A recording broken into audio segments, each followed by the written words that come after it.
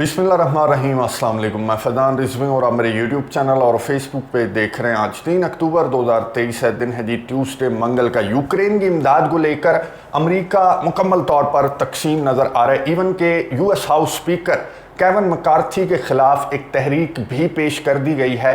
क्या पॉसिबिलिटीज़ हैं इस तहरीक के पेश किए जाने के बाद, डिटेल्स आपके सामने रखूंगा। रशिया और यूक्रेन का रद्द-ए-अमल भी सामने आ चुका है। जो भी ड्रामा अमेरिका के अंदर चल रहा है यूक्रेन की मदद इमदाद को लेकर, उस पर रशिया और यूक्रेन ने क्या कहा वो भी आपको बताऊंगा। ना सिर्फ रशिया और यूक्रेन बल्कि यूरोप पूरे का पूरा सामने आ गया। यूरोप का रद्द-ए-अमल सामने नहीं आया, बल्कि यूरोप के जो फॉरेन मिनिस्टर्स हैं वो पहुंच गए यूक्रेन के दारुल हुकूमत कीव, और यहाँ पर आकर एक बड़ी मदद इमदाद का ऐलान भी यूरोप की जानिब से, जो यूरोप के फॉरेन पॉलिसी चीफ हैं यूरोपियन यूनियन के, जोसेफ बोरेल, उनकी जानिब से बड़ी मदद इमदाद का ऐलान भी किया गया। और ये मैसेज देने की कोशिश की गई यूक्रेन को कि तुम अकेले नहीं हो, यूरोप तुम्हारा साथ नहीं छोड़ेगा। लेकिन यूरोप की ये जो मदद इमदाद है ये ऊंट के मुंह में ज़ीरे के बराबर है। और इस बात को बहुत अच्छे से अपनी ट्वीट के अंदर इलॉन मस्क ने किस तरह से डिस्क्राइब किया। एक तस्वीर इलॉन मस्क की जानिब से शेयर की गई जिसको लेकर बहुत ज़्यादा एहतजाज, मैं आपको बता दूं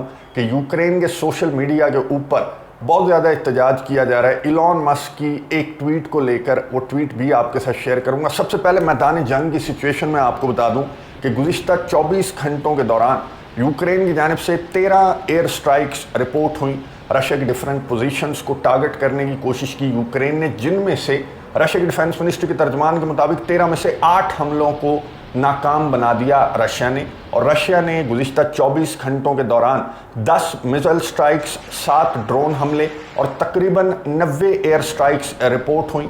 यूक्रेन के डिफरेंट रीजन्स को टारगेट किया रशिया ने। अपनी स्ट्राइक्स के दौरान 2 हलाकतें यूक्रेन ने रिपोर्ट की। और जो हार्डवेयर है, इन हमलों के नतीजे में रशिया ने कहा कि हमने यूक्रेन का हार्डवेयर तबाह कर दिया। अब यूक्रेन की जानिब से स्टेटमेंट सामने आई कि रशिया दरअसल कोशिश कर रहा है कि हमारा एयर डिफेंस सिस्टम जो पेट्रियट है, या जो मुख्तलिफ एयर डिफेंस सिस्टम यूक्रेन इस्तेमाल कर रहा है और बहुत अच्छे से इस्तेमाल कर रहा है, तो यूक्रेन ने कहा कि रशिया कोशिश कर रहा है कि हमारे एयर डिफेंस सिस्टम को टारगेट किया जा सके। लेकिन ये जो गुज़िश्ता 24 घंटों के दौरान रशिया की स्ट्राइक्स थी, इनके दौरान रशिया अपने मकसद में कामयाब नहीं हुआ। रशिया की जानिब से बताया गया कि गुज़िश्ता 24 घंटों के दौरान हमने 300 जो यूक्रेनी फ़ौजी हैं उनको मारा है, और 70 जो फ़ौजी हैं यूक्रेन के उन्होंने हथियार डाल दिए गुज़िश्ता 24 घंटों के दौरान। अब जो टास न्यूज़ एजेंसी है रशिया की, वो ये क्लेम कर रही है कि समर से लेकर अब स्प्रिंग काउंटर ऑफेंसिव था। मैं आपको याद करवा दूं कि यूक्रेन का जो काउंटर ऑफेंसिव था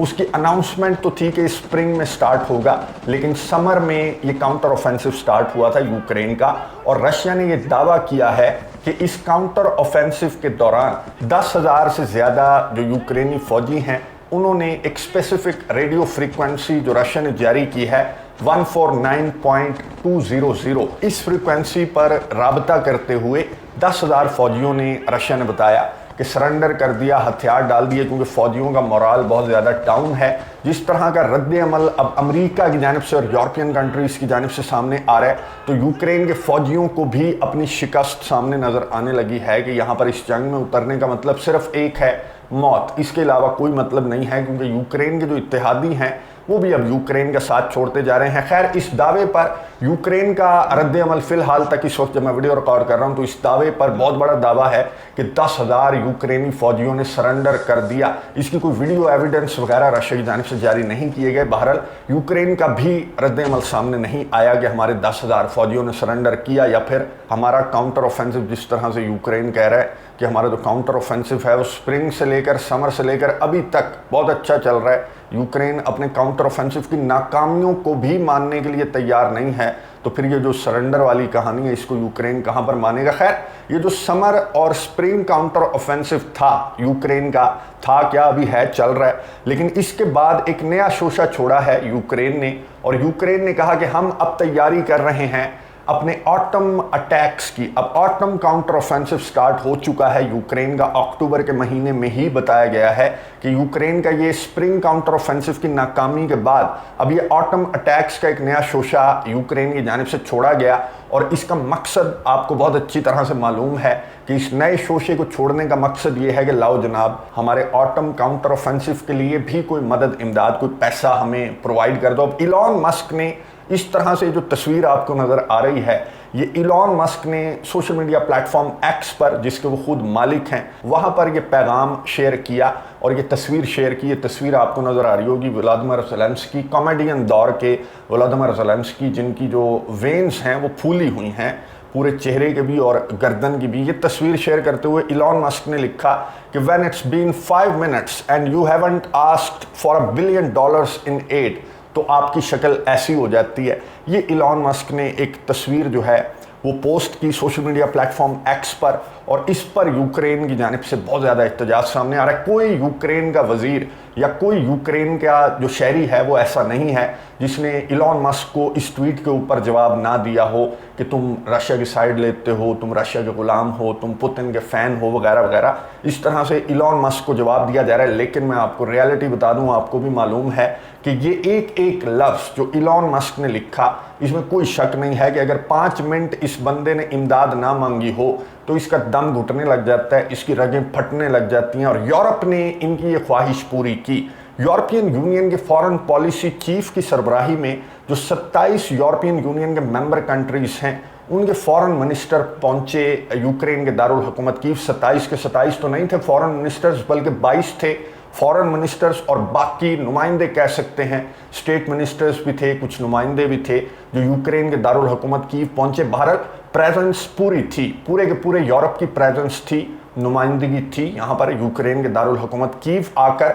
जो यूरोपियन यूनियन के फॉरेन पॉलिसी चीफ हैं, उन्होंने एक तरह से यूक्रेन को कॉन्फिडेंस दिलवाने की कोशिश की कि अमेरिका के अंदर जो कुछ भी हो रहा है वो तो अपनी साइड पर है, लेकिन यूरोप की मदद इमदाद आपके लिए बाकी है और इसी तरह से आगे बढ़ती रहेगी, और हम आपको for as long as it takes मदद इमदाद प्रोवाइड करते रहेंगे। इस इजलास के बाद, ये जो मीटिंग हुई, इसके बाद जो जोसेफ बोरेल हैं foreign policy chief European union के, उन्होंने क्या मदद इमदाद अनाउंस की, ये सुनिए, उसके बाद बात करते हैं। I propose a new bilateral multi-annual envelope under the European Peace Facility of up to 5 billion for the next year in singular. More will come, and I hope that we can reach an agreement before the end of the year, when we have to agree, member states have to agree on the review of the multi-annual financial framework. गुफ्तगू आपने सुनी Joseph boreal की, जिन्होंने ये बताया कि हम $5 billion की मदद इमदाद अगले साल के लिए, यानी कि 2024 के लिए $5 बिलियन की मदद इमदाद हम चंदा इकट्ठा करके यूक्रेन के लिए प्रोवाइड कर रहे हैं। लेकिन अभी कंफर्म नहीं है, बल्कि 2023 के इख्तिताम से कबल उन्होंने कहा हम तमाम के तमाम मशावरत करके यूक्रेन को हतमी तौर पर ये खुशखबरी सुना देंगे कि यूरोप की जानिब से, यूरोपीय इत्तेहाद की जानिब से यूक्रेन को $5 बिलियन की मदद इमदाद हमारी जानिब से 2024 के लिए प्रोवाइड कर दी गई। लेकिन आपको मालूम है कि अमेरिका की जो इमदाद फंसी हुई है यूएस कांग्रेस के अंदर, वो है $24 बिलियन की मदद इमदाद, और उसके सामने ये 2024 के लिए ये $5 बिलियन की मदद इमदाद बिल्कुल ऊंट के मुंह में जीरे के बराबर है। और ऊंट हैं यूक्रेन के सदर व्लादिमीर ज़ेलेंस्की। आपको मालूम है कि $5 बिलियन तो उनके मुंह में जीरे के बराबर है, और बड़ी इमदाद जो है वो अमेरिका की इमदाद है। अगर अमेरिका की इमदाद रुक जाए तो फिर ये यूरोपियन यूनियन की जो इमदाद है ये कुछ भी नहीं है यूक्रेन के सदर व्लादिमीर ज़ेलेंस्की की डिमांड्स के सामने। लेकिन यूक्रेन कॉन्फिडेंट है। यूक्रेन के फॉरेन मिनिस्टर दिमित्रो कुलेबा ने इसी जगह पर मीडिया से गुफ्तगू करते हुए जब सवाल किया गया कि चलें ये तो आपको मिल गया, जीरा आपको मिल गया $5 बिलियन का, लेकिन अमेरिका की मदद इमदाद तो आपको नहीं मिलने वाली, तो उस पर आप क्या कहेंगे? तो दिमित्रो कुलेबा ने क्या जवाब दिया, ये सुनिए, उसके बाद बात करते हैं। We are now working with both sides of the Congress to make sure that it does not repeat again under any circumstances. So we don't feel that the US support has been shattered. Because the United States understands that what is at stake in Ukraine is much bigger than just Ukraine. It's about the stability and predictability of the world. गुफ्तगू आपने सुनी Dmytro Kuleba, Ukraine के foreign minister, जो confident हैं, और उन्होंने कहा कि हम रिपब्लिकन से भी और डेमोक्रेट से भी राब्ते में हैं और ऐसा कुछ नहीं होने वाला कि अमेरिका की मदद इमदाद रुक जाए। अमेरिका ये मदद इमदाद रोक भी नहीं सकता। और दिमित्रो कुलेबा की बात बिल्कुल दुरुस्त है कि यूक्रेन की जंग नहीं है, ये यूक्रेन की जंग से बहुत बड़ा इशू है और अमेरिका को बहुत अच्छी तरह से मालूम है कि किसकी जंग है और हम किसके बिहाफ पर ये जंग लड़ रहे हैं। इसलिए दिमित्रो कुलेबा कॉन्फिडेंट हैं कि अमेरिका की मदद इमदाद नहीं रुकेगी। ना सिर्फ दिमित्रो कुलेबा बल्कि रशिया ने भी यही कहा। रशिया की फॉरेन मिनिस्टर की तर्जमान मारिया ज़खरोवा ने कहा कि जो कुछ अमेरिका के अंदर चल रहा है ये अवाम के लिए तो बहुत अच्छा शो है, लेकिन जहाँ तक ताल्लुक है यूक्रेन का तो अमेरिका पूरे का पूरा, चाहे रिपब्लिकन्स हों डेमोक्रेट्स हों, वो एक ही पेज पर हैं। और आखिरी वक्त के अंदर यूएस कांग्रेस ने, केविन मैकार्थी ने साबित किया और आगे भी ऐसा ही होता रहेगा। लेकिन जो दिमित्री पेस्कोव हैं रशिया के क्रेमलिन के तर्जमान, उन्होंने कहा कि चलें जो भी है ड्रामा है या जो कुछ भी है, एक तरह से थकावट ज़रूर हो जाएगी अमेरिका और उसके इत्तेहादियों को। यूक्रेन की मदद इमदाद से थकावट हो जाएगी, थक जाएंगे और अल्टीमेटली ये आकर आखिर इनकी मदद इमदाद जो है यूक्रेन के लिए वो आखिर बंद हो जानी है। फ़िलहाल ये पहले स्टेप्स हैं जो दिमित्री पेस्कोव हैं उनके मुताबिक, ये पहले स्टेप्स हैं जो कि यूरोप और इत्तेहादियों को, यूक्रेन के इत्तेहादियों को थकाने के लिए स्टेप्स काफ़ी हैं।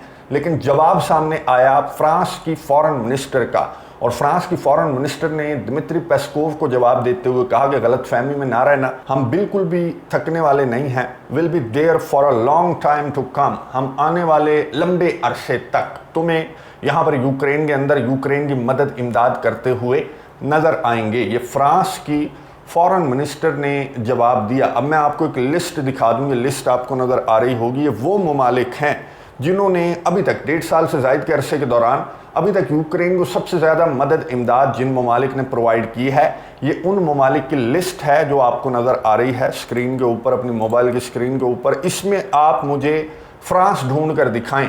अगर मैं आपसे सवाल पूछूं कि कौन से ममालिक ने यूक्रेन को सबसे ज़्यादा मदद इमदाद प्रोवाइड की है, तो टॉप 5 कंट्रीज़ में हमारे जहन में फ्रांस आता है। लेकिन फ्रांस टॉप 5 तो छोड़ दें, टॉप 10 में भी नहीं है। और फ्रांस की फॉरेन मिनिस्टर कह रही हैं कि will be there for a long time to come. और फ्रांस की ये हालत है, फ्रांस क्या, पोलैंड क्या, जर्मनी क्या, अब स्लोवेकिया क्या, बहुत सारे यूरोपियन कंट्रीज़ हैं जो मदद इमदाद से पीछे हट चुके हैं। और जो टॉप 5 कंट्रीज़ हैं इस लिस्ट के अंदर, उसके अलावा तो बराए नाम जो है वो बहती गंगा में हाथ धोने के मुताबिक जो कंट्रीज़ हैं यूरोप के या फिर नेटो के, वो 5 टॉप कंट्रीज़ के अलावा बाकी सब बस बहती गंगा में हाथ धोने के लिए इक्का दुक्का मदद इमदाद, वो जो कैप्स वगैरह होती हैं, जैकेट्स वगैरह होती हैं, वो प्रोवाइड कर रहे हैं। और मदद इमदाद जो मेजर कंट्रीज़ हैं वो टॉप 5 कंट्रीज़ हैं, जिनमें से टॉप ऑफ द लिस्ट है अमेरिका, जिसकी मदद इमदाद को लेकर मामला बहुत ज़्यादा बिगड़ता हुआ नज़र आ रहा है। अब ये जो आपको साहब नज़र आ रहे हैं, ये हैं मैट गेट्स। ये जो बंदा है फ्लोरिडा का है, रिपब्लिकन है और ट्रंप का बहुत बड़ा हामी है। इसने केविन मैकार्थी के खिलाफ एक तहरीक पेश कर दी है यूएस कांग्रेस में और इस तहरीक के तहत ये होगा कि वोटिंग करवाई जाएगी आने वाले दिनों में और केविन मैकार्थी को हटाने की कोशिश की जाएगी। एक तरह का vote of no confidence type जो होता है, उस तरह का वोट यहाँ पर होगा और केविन मैकार्थी को हटाने की कोशिश की जाएगी। लेकिन एक्सपर्ट्स ये कह रहे हैं और यूएस कांग्रेस को, यूएस लॉज को जानने वाले ये कह रहे हैं कि पॉसिबल नहीं है।